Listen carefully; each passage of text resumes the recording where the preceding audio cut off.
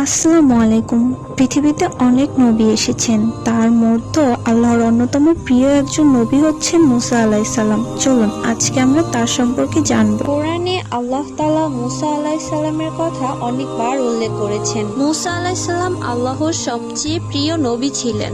মুসা আলাইহিস সালামের সবথেকে আলাদা বৈশিষ্ট্য ছিল তিনি আল্লাহর সাথে সরাসরি কথা বলতেন, আর এজন্য মুসা আলাইহিস সালামকে কালিমুল্লাহ বলা হতো, অর্থাৎ আল্লাহর সাথে সরাসরি কথা বলা। মুসা আলাইহিস সালাম বেশ লম্বা চওড়া এবং অনেক বেশি শক্তিশালী ছিলেন। তার মধ্যে 10 জন লোকের সমান শক্তি ছিল। তার গায়ের রং ছিল শ্যামলা এবং কথা বলার সময় মাঝে মাঝে আটকে যেত, অর্থাৎ তুতলাতো, কিন্তু এটা তার দুর্বলতা ছিল না। মুসা আলাইহিস সালামের জীবন সম্পর্কে জানার জন্য আমাদের ইউসুফ আলাইহিস সালামের জীবনের শেষ সময়টার কাহিনী জানতে হবে। ইউসুফ আলাইহিস সালামের সময়কালের ফেরাউন একজন ভালো মানুষ ছিল।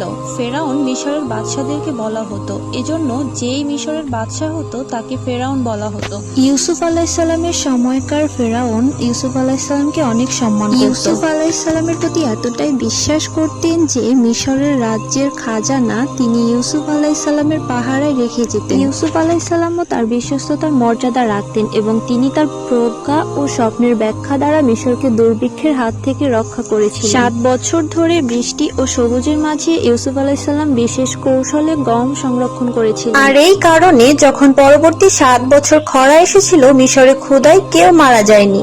এই কারণেই মিশরে ইউসুফ আলাইহিস সালামের একটি উচ্চ পদ ছিল এবং ইউসুফ আলাইহিস সালামের পরিবারের সকল সদস্যকে ফেরাউন মিশরে রেখেছিল। বনি ইসরায়েলের সন্তানগণ অর্থাৎ ইয়াকুব মিশরে হিজরত করেছিলেন এবং ইউসুফ আলাইহিস সালামের সময় তারা রাজকীয় জীবনযাপন করত। কিন্তু ইউসুফ আলাইহিস সালামের মৃত্যুর পরে সেই ফেরাউনও মৃত্যুবরণ করেন। আর পরবর্তী ফেরাউন রাজা হওয়ার পরে বনি ইসরায়েলের উপর অত্যাচার করতে শুরু করলো। তার মৃত্যুর পর আর একজন ফেরাউন এলেন, যিনি ছিলেন সর্বকালের সবচেয়ে নিকৃষ্ট ফেরাউন। বিশ্বের ইতিহাসে এমন ফেরাউন কখনো আসেনি এবং ভবিষ্যতেও আসবে না। ফেরাউন নিজেই নিজের ক্ষেত্রে এক ভয়ঙ্কর দৃষ্টান্ত স্থাপন করেছিলেন। ফেরাউন ঘোষণা দিয়ে দিলেন যে ইসরাইল সবকে সব গোলাম হ্যায়।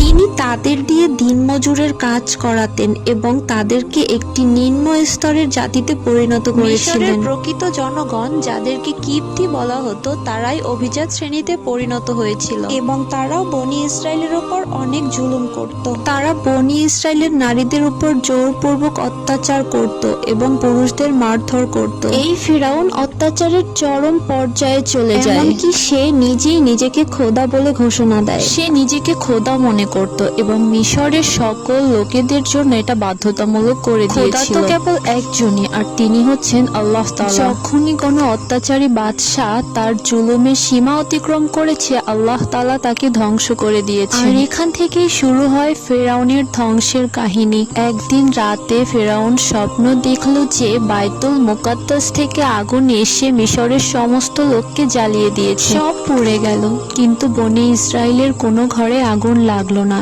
এবং সবাই আগুন থেকে হেফাজতে রইল। এই স্বপ্ন দেখে ফেরাউন হতভম্ব হয়ে গেল, আর এই স্বপ্নের ব্যাখ্যা জানার জন্য ফেরাউন জাদুকরদেরকে ডাকলো। স্বপ্নের ব্যাখ্যাকারীরা সমস্ত ঘটনা শোনার পরে তাকে বললেন बनी যে इसराइल में एक लड़का पैदा होगा जो मिस्र के लिए तबाही बनेगा। এটা শুনে ফেরাউন ভয় পেয়ে যায় আর সে হুকুম জারি করে বনি ইসরায়েলে যত ছেলে সন্তান জন্ম নেবে সবাইকে মেরে ফেলা হবে এবং মেয়েদেরকে ছেড়ে দেয়া হবে।